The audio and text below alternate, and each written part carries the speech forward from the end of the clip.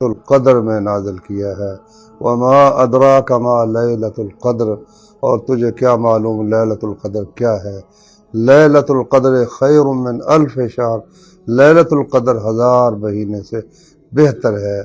تو یہ ایک رات ہی اللہ تعالیٰ نے اس امت کی عمریں کم ہونے کی وجہ سے ان کو یہ نعمت عطا فرمائی کہ وہ تھوڑے وقت میں کام کریں تو اللہ تعالیٰ ان کو بہت زیادہ اجر عطا فرما دیتا ہے۔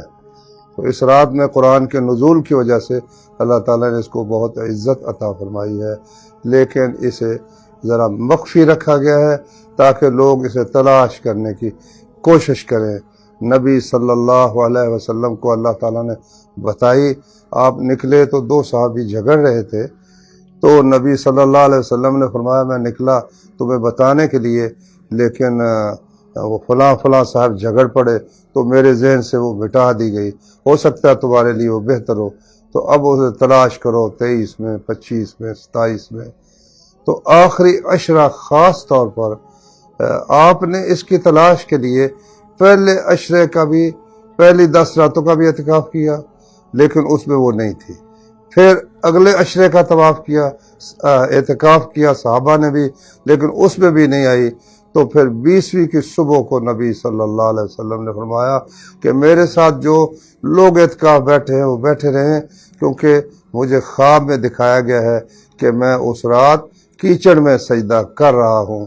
تو اس رات وہ 21ویں رات تھی، تو 21ویں رات بارش ہوئی، ابو سعید خدری کہتے ہیں، اور نبی صلی اللہ علیہ وسلم نے فجر کی نماز پڑھائی تو مسجد ٹپک پڑی تھی اور کیچڑ تھا، اسی میں آپ نے سجدہ کیا اور وہ نشان آپ کی پیشانی پر تھا۔ اس کے لیے اعتکاف بھی نبی صلی اللہ علیہ وسلم کرتے تھے۔ تو اس لیے، اور بخاری شریف میں حدیث حضرت عائشہ کی، اذا دخل العشر شد میزرہ، جب 10 راتیں آخری آتی تو آپ اپنی چادر کس لیتے اور گھر والوں کو بھی جگا دیتے اور خود بھی ساری رات جاگتے رہتے۔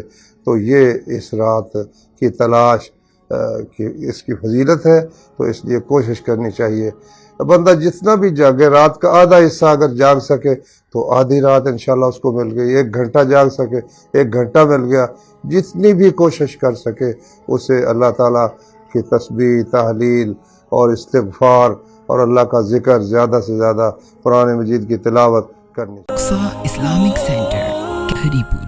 Thanks for watching. Don't forget to like, comment, share and subscribe to Jazakallah.